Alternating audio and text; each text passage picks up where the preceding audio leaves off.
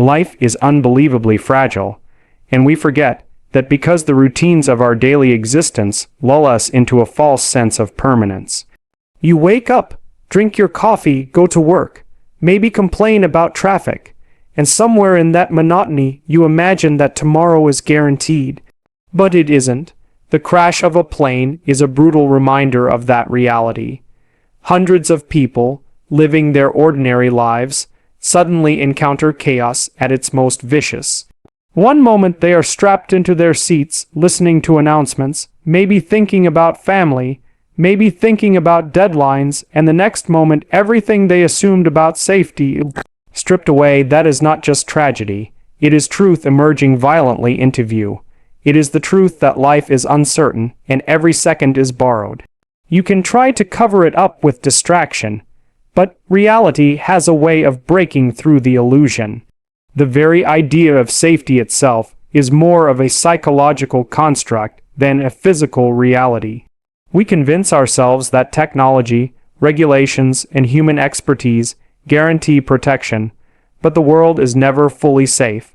The air we breathe, the ground we walk on, the machines we trust, all of them operate within margins of error, and sometimes those margins collapse.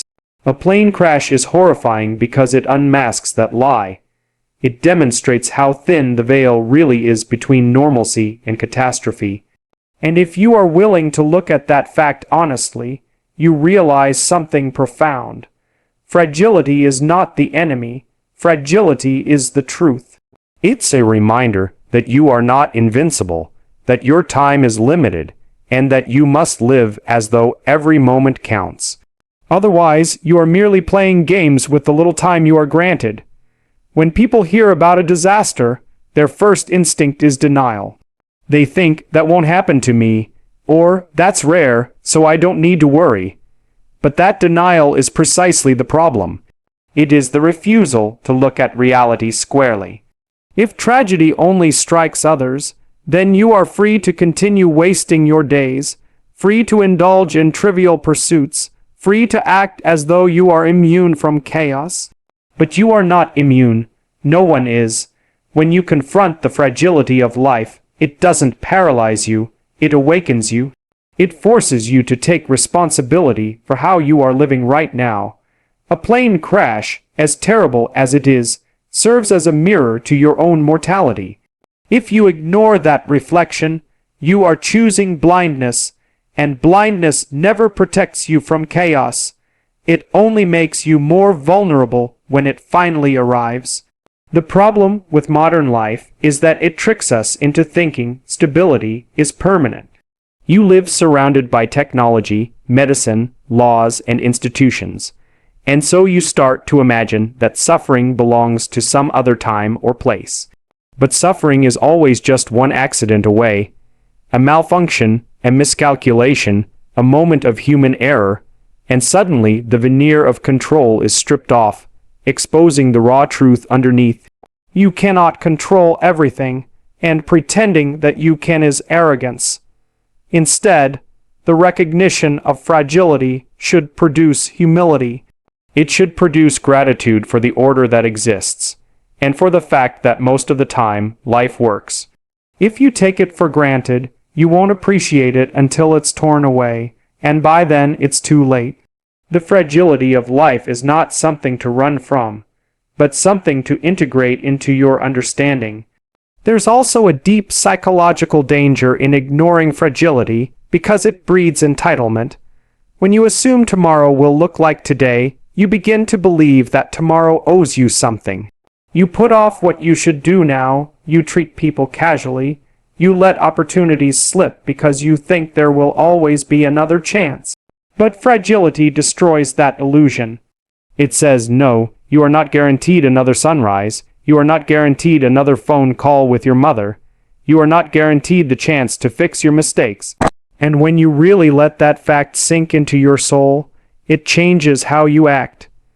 You stop wasting time, you stop postponing responsibility, and you stop assuming that life is endless.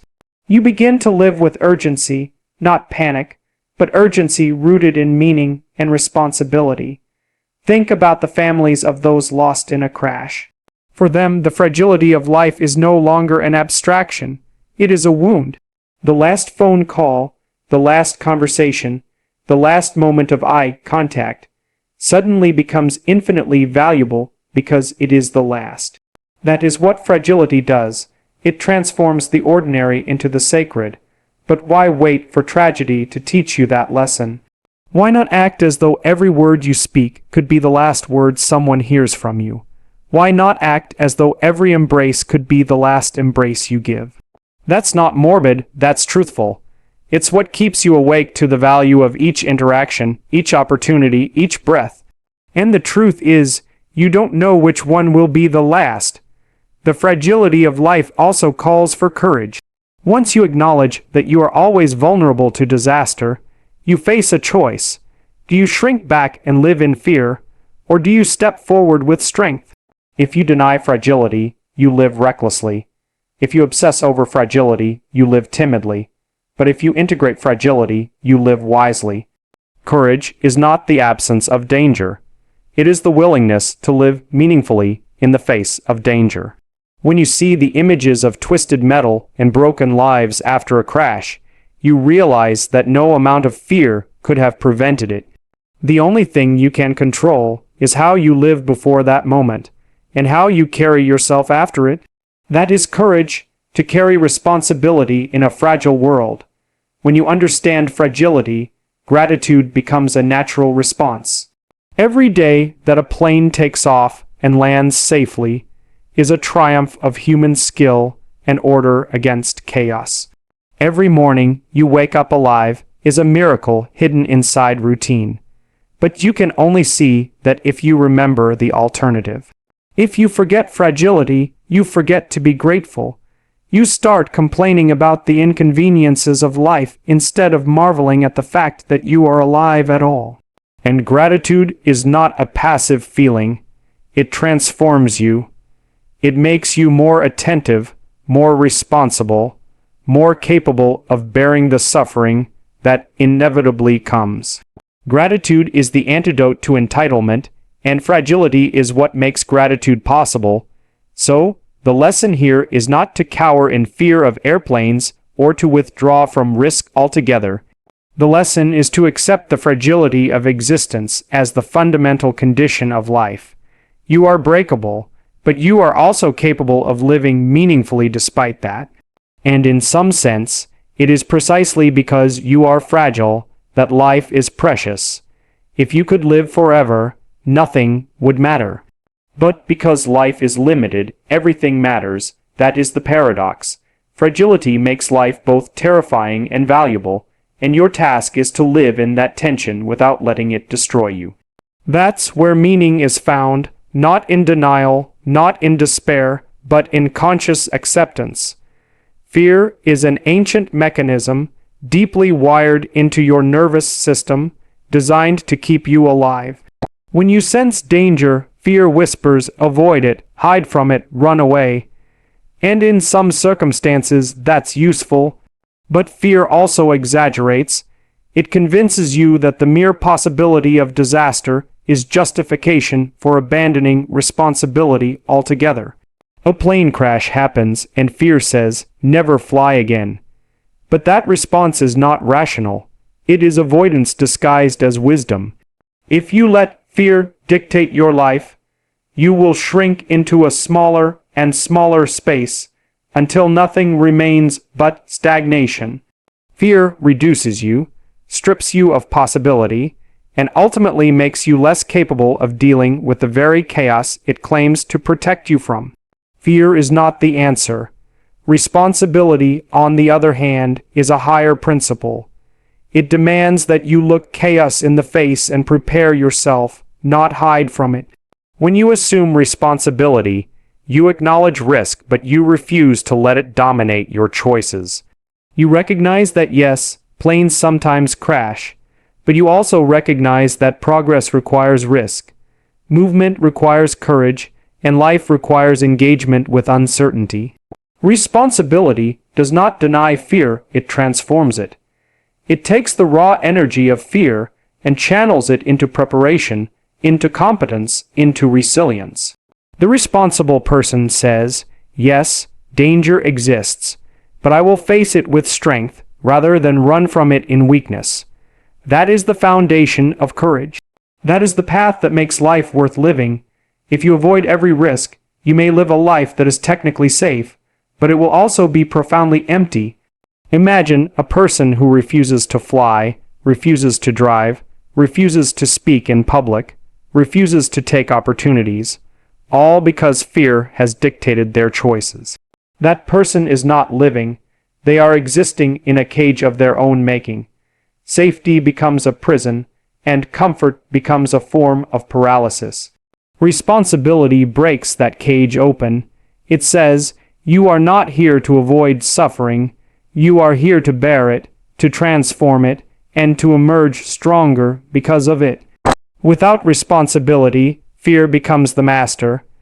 With responsibility, fear becomes the servant, a signal that warns you but does not control you. That distinction defines the difference between cowardice and courage. Cowardice is seductive because it looks like wisdom in the short term. If you never step onto the plane, you will never crash. If you never speak your mind, you will never be criticized. If you never risk failure, you will never fail. But what you fail to see is that cowardice is its own form of death. It kills your potential, your opportunities, and your relationships long before your body reaches the grave. Courage born of responsibility is the antidote. Courage doesn't say, I am not afraid. Courage says, I am afraid, but I will act anyway, because what is at stake is worth the risk. That is what gives meaning to life. Responsibility transforms your existence from avoidance to purpose. Consider the engineers, pilots, and staff who work tirelessly to make air travel as safe as it is. If they let fear dictate their actions, they would collapse under the pressure of potential disaster. But they do not. They take responsibility. They study, they practice, they train relentlessly because they know lives depend on them. Their responsibility keeps the system functioning, and that same principle applies to you. Your life, too, depends on responsibility. Not just for yourself, but for those who rely on you. Your family, your community, your future. If you allow fear to dominate, you abandon that responsibility, and the result is suffering multiplied. Responsibility is what allows human beings to hold chaos at bay. Fear isolates, while responsibility connects. Fear says, protect yourself at all costs, withdraw from others, close yourself off.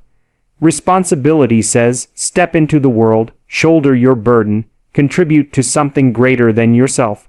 The responsible individual is not naive. They know the risks, they know the dangers, but they also know that meaning is found in contribution, not isolation. If you want to live in a way that matters, you must overcome the selfish impulse of fear and embrace the communal demand of responsibility. And when you do, you become stronger not just for yourself, but for everyone around you. Responsibility creates strength that radiates outward, fortifying others against their own fears. There is also a psychological paradox. The more you run from fear, the more powerful it becomes. Avoidance feeds anxiety like oxygen feeds fire. Each time you refuse to face what you fear, the fear grows larger, darker, more overwhelming. But when you confront fear responsibly, it shrinks. You realize that you can handle more than you imagined, that the monster in the shadows was not as invincible as you thought. Responsibility transforms fear into growth. Every time you act responsibly in the face of fear, you train yourself to become braver, more competent, more resilient. And soon, you find that fear no longer rules you, you rule it. That is the path of psychological strength. Responsibility is also the foundation of meaning. Life is filled with suffering, and fear alone cannot make sense of it. If you live only to avoid pain, you will never endure the inevitable storms. But responsibility gives you a reason to stand firm. When you take responsibility for your family, your work, your values, you give yourself something greater than fear to hold on to. That is why responsibility is always more powerful than avoidance. It roots you in meaning, and meaning is the only thing strong enough to withstand suffering. Without responsibility, fear collapses you. With responsibility, fear becomes another test to overcome, another step toward strength. When you hear about a tragedy like a plane crash, you have a choice. You can let fear dictate your future, convincing you to retreat from the world, to shrink into safety, to abandon opportunity. Or you can let responsibility guide you, reminding you that life has always been dangerous, but that meaning is worth the risk. One path leads to cowardice, paralysis, and despair. The other leads to courage, purpose, and growth. The choice is yours every single day.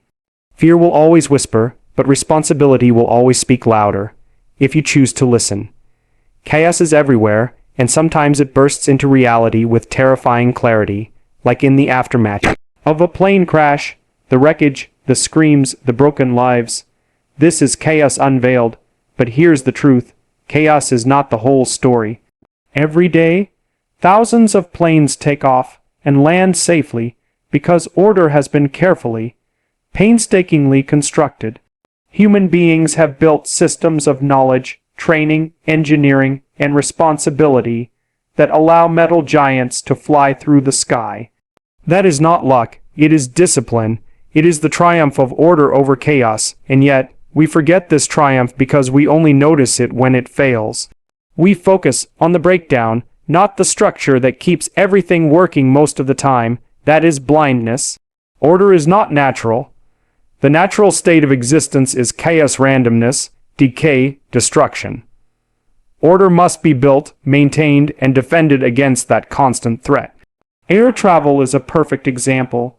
To fly requires a staggering web of interdependent systems, mechanics, physics, human judgment, technology, coordination. None of this comes easily, and none of it is permanent. A single mistake can undo years of discipline. And yet, every day, it works. That's the miracle we overlook. The fact that order holds, despite chaos pressing in at every edge. And if this principle is true of airplanes, it is true of your life. Order is not automatic. You must choose it, cultivate it, and protect it daily. Otherwise, chaos will reclaim what you neglect.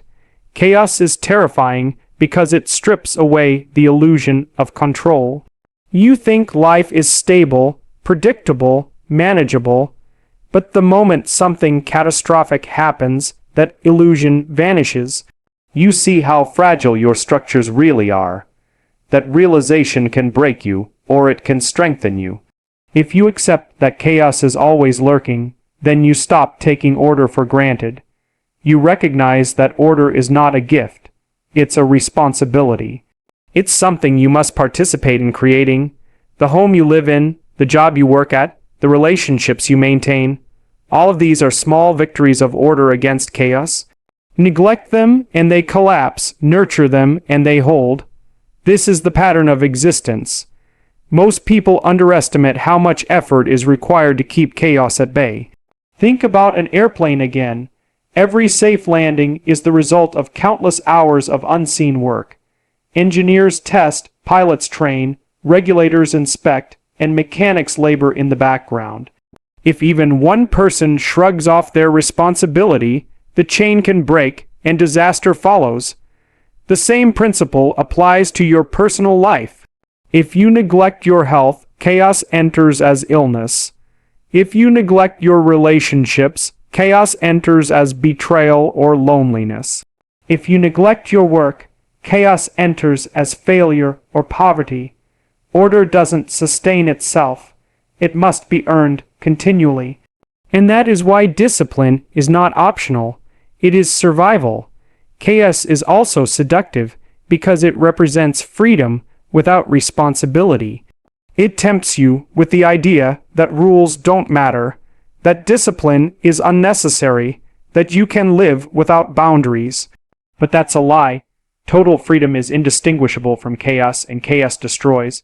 The reason airplanes fly is precisely because strict rules are followed: physics, procedures, protocols. Ignore the rules and the plane crashes. Ignore the rules of life, and your existence crashes. Order is the structure that allows freedom to exist without destruction. It is not a cage, it is the foundation on which genuine freedom rests. Without it, you are not free, you are lost in chaos, enslaved by disorder. There is a balance, however, because too much order can suffocate. Pure order is rigid, lifeless, and sterile. A society, or an individual, that clings to absolute order becomes brittle, unable to adapt, unable to grow. Chaos, paradoxically, is also necessary. It is the source of creativity, of possibility, of transformation. That is why the ideal state of life is not pure order or pure chaos, but the balance between them. You stand on the edge, 1 foot in order, 1 foot in chaos, and that is where meaning is found. Too much order and you stagnate. Too much chaos and you collapse. The skill is to navigate that boundary, to bring just enough chaos into your life to foster growth, while maintaining enough order to preserve stability. Air travel itself demonstrates this balance. Every flight begins with order checklists, routines, structure. But every flight also contains uncertainty, weather shifts, unexpected turbulence, human error. Pilots must constantly adapt, adjusting their actions in response to chaos while still adhering to order. That is why training matters, because it equips them to navigate unpredictability without succumbing to panic. The same is true of your own life. You cannot predict everything, but you can prepare. You cannot eliminate chaos, but you can build enough order within yourself to withstand it. That is the essence of resilience. Preparation is what allows you to face the unpredictable without collapsing under its weight. The tragedy of a crash is that it reveals what happens when chaos overwhelms order. But the greater tragedy is when individuals allow chaos to rule their personal lives by default. They fail to build routines, fail to cultivate discipline, fail to create stability, and then they wonder why everything falls apart. The truth is, you don't drift into order, you drift into chaos. Order requires deliberate effort. It requires waking up on time, telling the truth, keeping promises, setting goals, maintaining discipline. These are not arbitrary rules, they are strategies to keep chaos from devouring you.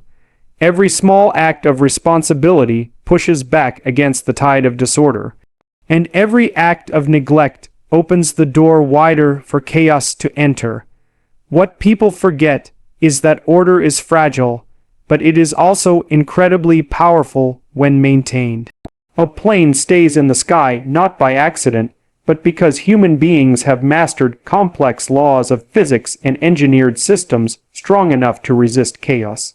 That is the potential of order. It can defy gravity itself, and the same potential exists in your life. With enough structure, enough responsibility, enough discipline, you can achieve things that seem impossible. You can resist the chaos of failure, addiction, despair. You can create stability where none existed, but only if you take order seriously, only if you accept the responsibility of maintaining it against the ever-present pull of chaos. That is the choice you face every day. Every tragedy is also a message, a signal that carries meaning if you are willing to listen. When a plane crashes, the immediate response is horror, grief, and fear, but beneath that lies a deeper question. What does this disaster reveal about the nature of existence? You can look at it as meaningless chaos, or you can see it as a warning, a call to responsibility. A crash is not only a technical failure, it is a moral symbol. It tells you that negligence, arrogance, or complacency can cost lives. It reminds you that nothing is guaranteed, and that safety is an achievement, not a right. To ignore such a warning is to live carelessly, and carelessness always has consequences. Life whispers its lessons through pain, and those who refuse to hear them repeat their mistakes endlessly. Meaning is not given. It is carved from the warnings etched into reality. The instinctive response to tragedy is despair, but despair blinds you to the possibility of transformation. If you say, "I will never fly again," you are not learning the lesson, you are hiding from it. That response is fear masquerading as wisdom, and it diminishes you. The real question is not how to avoid every danger, but how to live responsibly despite danger. A warning is not an invitation to retreat. It is a summons to prepare. The tragedy says, pay attention, do not take order for granted, do not assume tomorrow will resemble today. This is the meaning. Catastrophe strips away illusions and confronts you with the raw conditions of life. It is an alarm, and you must decide whether to sleep through it or wake up. Warnings demand humility because they expose the limits of your control. You imagine you are secure, intelligent, prepared, and then something catastrophic happens that shows you just how fragile you truly are. That realization can crush your pride, but it can also make you wiser. Humility says, I do not know enough, I am not prepared enough, I must take responsibility to strengthen myself. That shift in attitude is the beginning of growth. A person who ignores warnings lives arrogantly, imagining that chaos will always bypass them. But chaos is universal. It comes for everyone sooner or later. Humility teaches you to prepare, to listen, to change before disaster strikes again. A warning without humility is wasted, and wasted warnings always lead to repeated suffering. There is also a moral dimension to every warning, because it confronts you with the question of responsibility. A plane crash is not simply fate. It is usually the result of human error, oversight, or systemic negligence. That means disaster is preventable if only people take their responsibilities seriously. The meaning, then, is not run from risk, but become more competent. That is the ethical demand of a warning. You must look at your own life and ask, where am I being negligent? Where am I ignoring the signals of disorder? Where am I postponing responsibility until it is too late? If you don't ask those questions, you will repeat the same mistakes that caused the warning in the first place. Responsibility transforms tragedy into instruction. The worst response to warning is cynicism. Cynicism says, everything is random, everything is meaningless, nothing can be learned. That response is seductive because it relieves you of responsibility. If nothing matters, you are free to do nothing. But cynicism is also coward. It pretends to be wisdom, but it is laziness in disguise. The truth is, everything matters. Every mistake, every accident, every tragedy is written in blood and demands to be taken seriously. To dismiss warnings is to choose blindness deliberately, and blindness always amplifies suffering. Cynicism guarantees repetition because it closes your ears to the lessons encoded in catastrophe. The alternative is responsibility, to look into the abyss of disaster and extract meaning from it, no matter how painful that process may be. Warnings also have the power to reorder your values. When tragedy strikes, suddenly the trivial disappears. The arguments over small things, the endless distractions, the meaningless pursuits, they all evaporate when confronted with catastrophe. What remains are the things that truly matter: family, responsibility, truth, discipline, love. A warning strips away the illusions of permanence and forces you to ask, what should I prioritize before time runs out? That is the gift hidden inside suffering. It clarifies, it cleanses, it forces you to see what you have ignored. If you accept the warning, you begin to reorient your life toward what is meaningful rather than what is convenient. That shift changes everything. A tragedy is also a communal warning, not just an individual one. When a plane goes down, it is not only the passengers who are affected, but the families, the communities, the systems that failed. That means warnings are collective lessons. They ask, what should society do differently What must we improve? What must we repair? What must we strengthen? If those lessons are ignored, the cost is paid again, often by innocent people. The same is true in your personal life. If you ignore your responsibilities, your failures harm not only you but those around you. That is why warnings carry moral weight. They are not just for you, they are for everyone who depends on you. Your willingness to take responsibility is not private. It radiates outward into the lives of others. The meaning of warning also lies in urgency. Catastrophe reveals that time is limited, and limited time demands action now, not later. Most people live as though they have endless tomorrows, endless chances to fix their lives, endless opportunities to reconcile, to create, to contribute. But warnings strip away that illusion. They say, you do not have forever. Do what you must do today, because tomorrow is not guaranteed. That urgency is not meant to terrify you. It is meant to wake you up. A warning is life shouting, stop wasting time. If you let that urgency move you, you stop postponing, you stop procrastinating, and you begin to live responsibly in the present. That is the essence of transformation. Finally, warnings are an invitation to meaning itself. You cannot control whether tragedy happens, but you can control how you respond to it. You can respond with fear, with cynicism, with avoidance. Or you can respond with responsibility, with courage, with meaning. The choice is not trivial. If you ignore warnings, you allow chaos to rule. If you embrace them, you transform suffering into wisdom, and wisdom into strength. That is the path of responsibility, to take the hardest lessons of life and turn them into a guide for living.